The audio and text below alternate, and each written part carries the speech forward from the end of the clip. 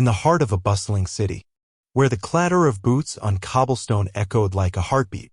A little girl stood frozen before the towering figure of a royal guard, his face as unyielding as the stone walls behind him. Her small hands trembled, clutching a crumpled note, her eyes wide with a secret too heavy for her young heart to bear. The crowd surged around her, oblivious to the silent plea in her gaze, but something in her stillness, a flicker of defiance, a whisper of courage, caught the guard's eye. In that fleeting moment, she raised her hand, giving a signal so subtle it could have been missed by anyone but him. What happened next shattered centuries of protocol, unraveling a story of compassion, sacrifice, and a truth that would change them both forever. The city square was alive with the hum of early morning, a symphony of vendors calling out their wares, horses clopping over the ancient cobblestones, and the distant chime of a cathedral bell marking the hour. Sunlight spilled through the gaps in the towering spires of the palace, casting golden streaks across the pavement where shadows danced like memories of a forgotten time. At the edge of the square, near the iron gates that separated the common folk from the royal grounds, stood a little girl named Lily, no more than 8 years old. Her auburn hair was tangled, her dress patched at the knees, and her shoes were scuffed from too many miles walked on unforgiving stone. She clutched a small, crumpled piece of paper in her fist, her knuckles pale from the effort of holding it tight. Her eyes, wide and searching, darted between the crowd and the royal guard stationed just beyond the gate. He was a monolith of tradition, his crimson uniform pristine, his posture rigid, his face carved from the same stoic resolve as the statues that lined the palace walls. To the world, he was untouchable, a symbol of order in a city that teetered on the edge of chaos. But to Lily, he was something else entirely, a beacon, a hope, a risk she had no choice but to take. Lily's heart thudded in her chest, each beat a reminder of the weight she carried. The note in her hand wasn't just paper, it was a confession, a plea, a secret that could unravel the fragile threads holding her family together. Her father, Thomas, had been a scribe in the palace archives, a quiet man with ink-stained fingers and a gentle laugh that used to fill their small home with warmth. But that was before the whispers began, rumors of missing documents, of secrets sold to shadowy figures in the night. Thomas swore his innocence, his voice cracking as he told Lily and her mother, Clara, that he'd been framed. But the truth didn't matter to the magistrates. They came for him in the dead of night, their boots heavy on the floorboards, their hands rough as they dragged him away. Lily had hidden under the table, her small body curled tight, listening to her mother's stifled sobs and her father's desperate promises that he'd come back. That was 3 months ago. Now, the only proof of his innocence lay in the note Lily held, a scrap of paper her father had slipped her in the chaos of his arrest, his whispered words still echoing in her ears, "Find the guard named Edward. He'll know what to do." The square was growing louder now, the crowd swelling as merchants and travelers pushed toward the market stalls. Lily stood at its edge, her small frame dwarfed by the chaos, her eyes fixed on the guard. His name, she'd learned, was indeed Edward, though to the city he was simply one of many faceless sentinels. She'd watched him for days, lurking in the shadows of the square, noting the way his gaze softened when a child dropped a toy or an elder struggled with a heavy load. There was kindness in him, buried beneath the iron of duty, and Lily clung to that hope like a lifeline. But approaching him was no small thing. The royal guards were forbidden to speak, to move, to break their vigil unless ordered by the crown itself. To interrupt their watch was to invite scrutiny, and scrutiny was the last thing Lily could afford. Her mother was already under suspicion, her every move watched by the magistrate's spies. If Lily was caught, the note would be taken, her father's last chance snuffed out like a candle in the wind. She took a step forward, then stopped, her breath catching as a vendor's cart rattled past, nearly knocking her over. The man shouted an apology, but Lily barely heard him. Her world had narrowed to the guard, to the note, to the signal she'd rehearsed in her mind 1,000 times. It was a gesture her father had taught her, a subtle flick of the wrist, a code used by the scribes to mark a message as urgent. "Edward will recognize it," Thomas had said, his voice steady despite the fear in his eyes. "He's one of the few who still honors the old ways." Lily didn't fully understand what that meant, but she trusted her father's words just as she trusted the warmth of his hand when he used to tuck her into bed. She edged closer to the gate, her small body weaving through the crowd, her heart a drumbeat of fear and determination. The guard stood motionless, his eyes fixed on some distant point, but Lily felt the weight of his presence, as if he could sense her even without looking. The air was thick with the scent of fresh bread and coal smoke, the sounds of the square blending into a roar that made Lily's head spin. She was close now, close enough to see the faint scar above Edward's eyebrow, the way his gloved hands rested perfectly still at his sides. Her fingers tightened around the note, the paper damp with her sweat. She thought of her mother, pale and thin, sitting by the window each night, waiting for news that never came. She thought of her father, locked in some cold cell, his laughter silenced, his hope resting on a little girl who felt too small for the task. Tears pricked her eyes, but she blinked them away, refusing to let them fall. She couldn't afford weakness, not now. The crowd parted for a moment, giving her a clear path to the gate, and in that fleeting window she saw her chance. Her hand trembled as she raised it, her fingers moving in the quick, deliberate motion her father had taught her, a signal that carried the weight of a family's survival. Edward's eyes flickered. It was subtle, so faint it might have been a trick of the light, but Lily saw it. His gaze shifted, locking onto her for the briefest of seconds, and in that moment the world seemed to hold its breath. The crowd roared on, oblivious, but between the little girl and the guard, a silent understanding passed. Lily's heart soared, then plummeted. Had he seen? Would he act? The note burned in her hand, a secret too dangerous to keep and too precious to lose. She stood frozen, waiting, as Edward remained still, his face unreadable, his duty warring with whatever spark of humanity her signal had ignited. The cathedral bell tolled again, its echo rolling over the square, and Lily felt the weight of time pressing down on her. She had taken the first step, but the path ahead was uncertain and the cost of her courage was yet to be revealed. The cathedral bell's echo faded into the clamor of the square, leaving Lily standing before the iron gates, her small hand still raised, the signal lingering in the air like a held breath. The crowd surged around her, a river of voices and footsteps, but she felt anchored to the spot, her eyes locked on Edward, the royal guard whose fleeting glance had sparked both hope and dread in her chest. His face was a mask again, his posture as rigid as the stone pillars flanking the palace gates, but Lily clung to the memory of that flicker in his eyes, a crack in the armor of duty that hinted at something human beneath. The crumpled note in her fist was damp now, the ink smudging under the pressure of her grip, but she didn't dare loosen her hold. It was her father's last gift, his final act of faith in a world that had turned against him, and Lily would not let it slip away. She stood there, a speck of courage in a sea of indifference, waiting for a sign that her risk had not been in vain. Edward's stillness was maddening. The seconds stretched into eternity, each one heavy with the weight of Lily's fear. She could feel the eyes of the square on her now, or perhaps it was her imagination, the prickling sense that someone, somewhere, was watching. The magistrate's spies were never far, their shadows lurking in alleyways and market stalls, waiting for a misstep. Lily's mother, Clara, had warned her of them, her voice low and urgent as she braided Lily's hair the night before. "They see everything," Clara had whispered, her hands trembling. "If they catch you with that note, it's over for all of us." The memory sent a shiver through Lily, but she pushed it down, focusing on Edward. He was her only hope, the one man her father believed could be trusted. But what if Thomas had been wrong? What if Edward was like the others, loyal only to the crown, blind to the injustice that had torn her family apart? The thought gnawed at her, but she had no time to dwell on it. The crowd was shifting, the gap that had given her a clear path to the gate closing as a group of merchants pushed forward, their voices loud with haggling. Lily took a step closer, her scuffed shoes scraping against the cobblestones.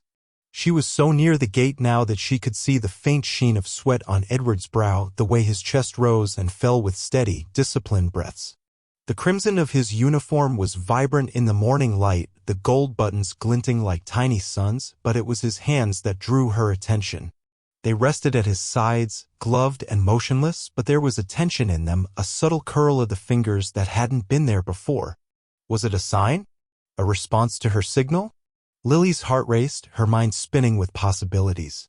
She wanted to call out, to beg him to listen, but the rules of the royal guard were ironclad, speech was forbidden, movement was sacrilege. To break protocol was to risk disgrace, exile, or worse. Yet her father's words echoed in her mind, "Edward will know what to do." She had to believe in that, even as doubt clawed at her resolve. The square was a cacophony now, the air thick with the scents of roasted chestnuts and damp wool. A woman bumped into Lily, muttering an apology as she hurried past, and the jolt nearly made Lily drop the note. She clutched it tighter, her small body trembling with the effort of standing her ground. She thought of her father, Thomas, in his cell, his gentle hands that used to sketch stories for her on scraps of parchment now chained and idle. She thought of the nights she'd spent listening to his laughter, the way he'd lift her onto his shoulders and point to the stars, naming each one as if they were old friends. That man was gone now, replaced by a ghost in a magistrate's dungeon, and the note was all that remained of his fight. Lily's eyes stung with tears, but she blinked them away, her gaze fixed on Edward. She couldn't cry, not here, not when so much depended on her. Then it happened. Edward's hand twitched, a deliberate, unmistakable movement. It was subtle, hidden from the crowd by the angle of his body, but to Lily it was as loud as a shout. His fingers curled inward, then flicked outward in a gesture that mirrored her own, a scribe's signal for acknowledgement. Her breath caught, her chest tightening with a mix of relief and terror. He had seen her. He had understood. But what came next? Would he step forward, break his vigil, and take the note? Or would he signal for her to leave, to disappear into the crowd before anyone noticed? Lily's mind raced, her small frame rooted to the spot as she waited for his next move. The crowd pressed closer, their voices a roar in her ears, but she barely heard them. Her world had narrowed to Edward, to the note, to the fragile thread of hope that connected them.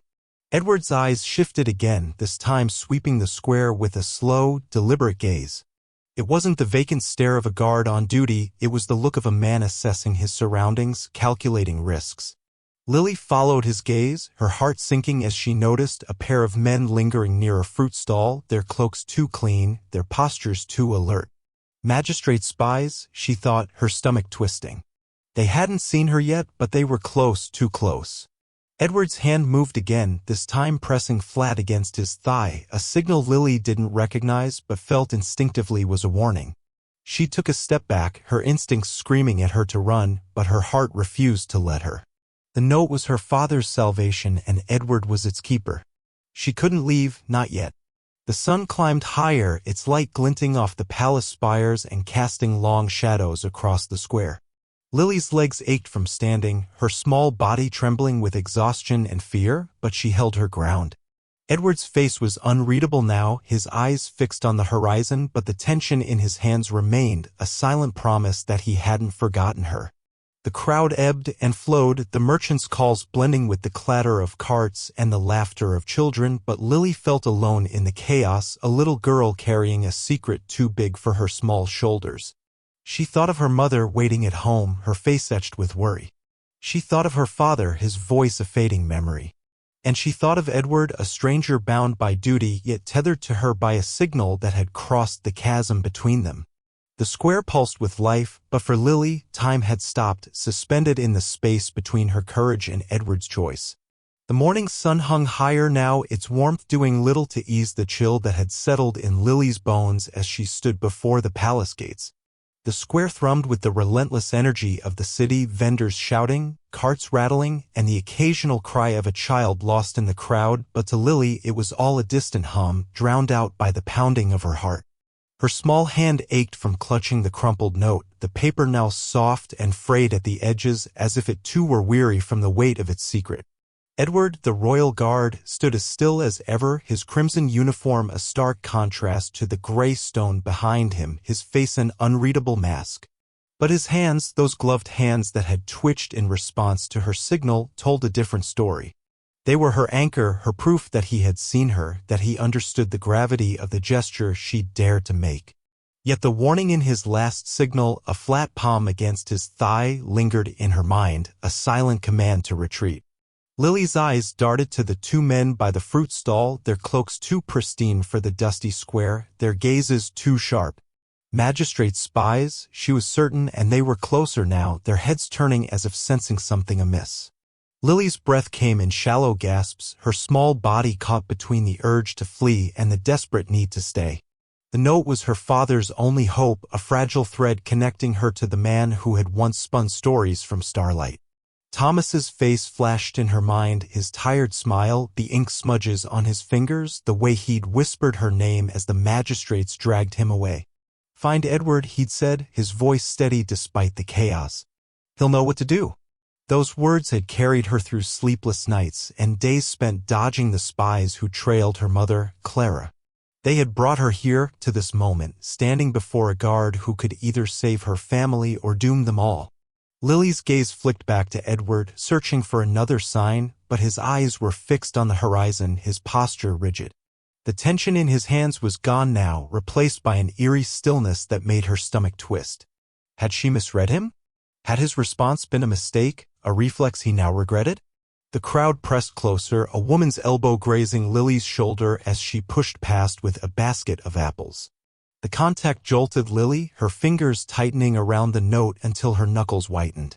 She couldn't stay here forever, exposed in the open square, with spies circling like vultures.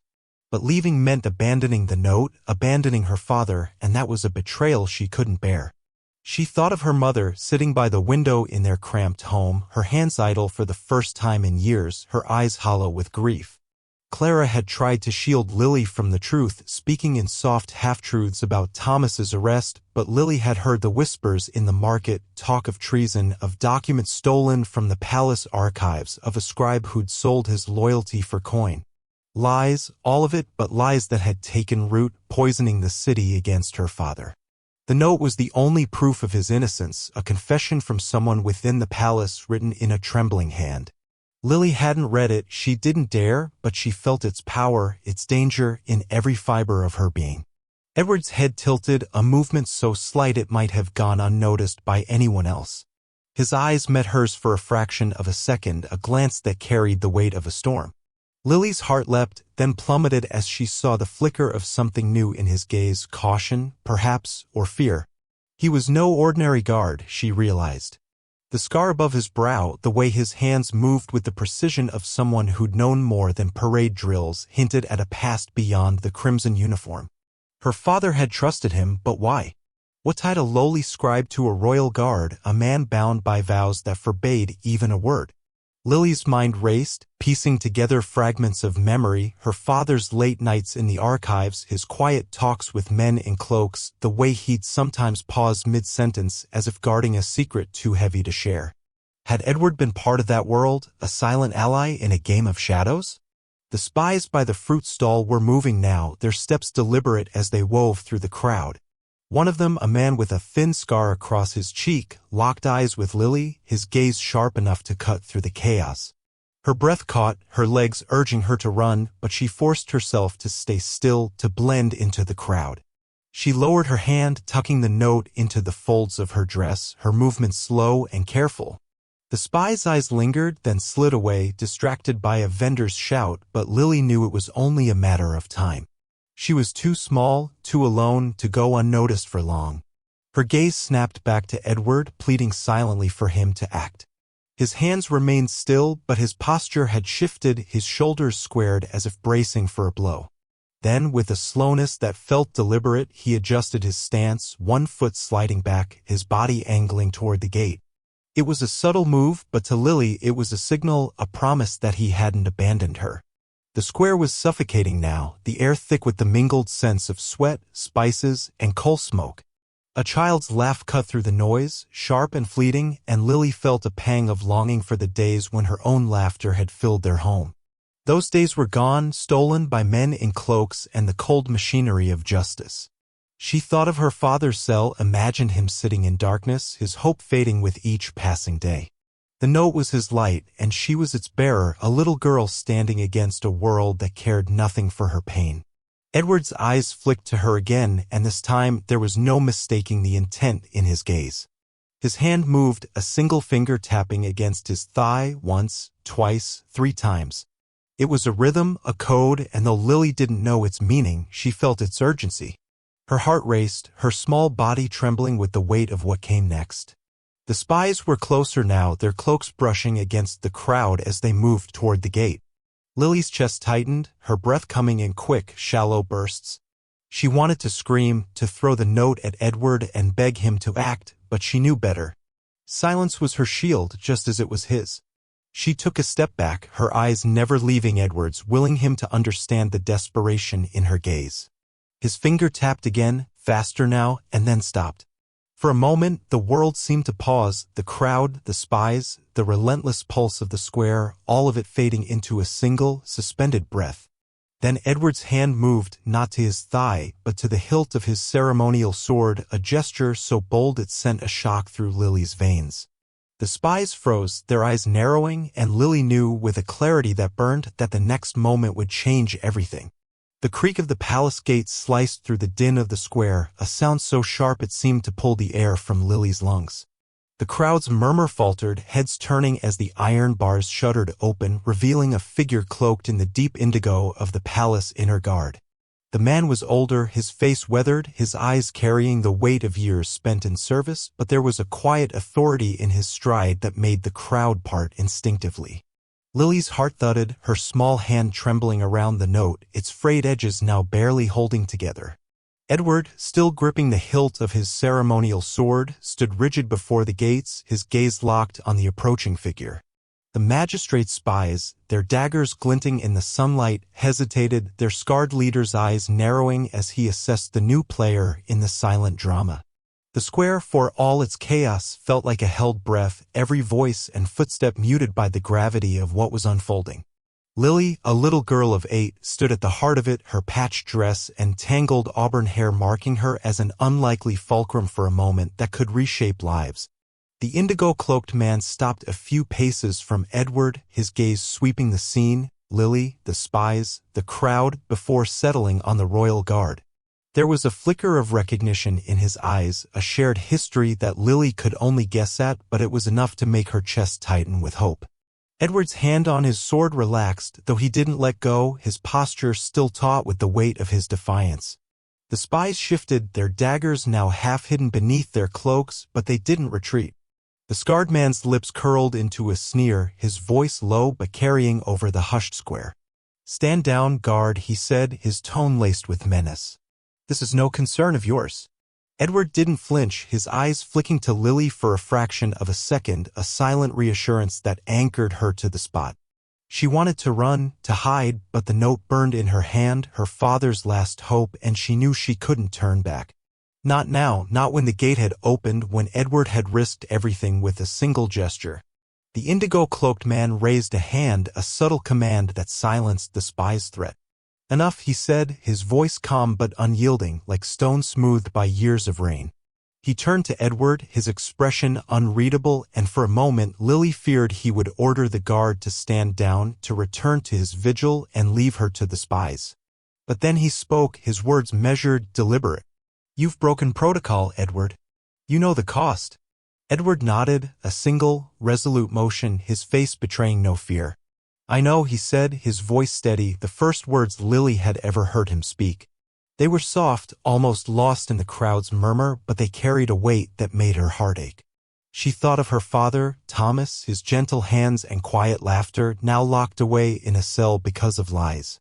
Edward's choice, his willingness to sacrifice his duty for her signal, felt like an echo of her father's trust, a bridge between their shared loyalty to something greater than themselves. The indigo-cloaked man stepped closer, his eyes now on Lily. She froze, her small body trembling under his gaze, but there was no cruelty in it, only a quiet curiosity. "Come forward, child," he said, his voice gentler now, almost fatherly. Lily's legs felt like lead, but she forced herself to move, her scuffed shoes scraping against the cobblestones. The crowd watched, their whispers a soft roar in her ears, but she kept her eyes on the man, on Edward, on the note that had brought her here. The spies stirred, their hands tightening on their daggers, but the indigo-cloaked man raised his hand again, a warning that held them at bay. Lily stopped a few feet from him, her breath shallow, her heart a drumbeat of fear and hope. She thought of her mother, Clara, waiting at home, her face etched with worry, and of her father, his hope fading in the darkness of his cell. The note was their salvation, and this man, this stranger, was its final guardian.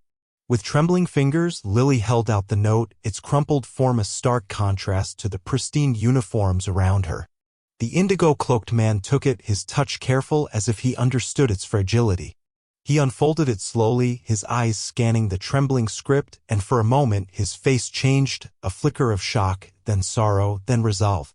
He looked at Edward, a silent question passing between them, and Edward nodded again, his hand finally leaving the hilt of his sword. The indigo-cloaked man turned to Lily, his voice low but clear. "This is no small thing you've done, child," he said.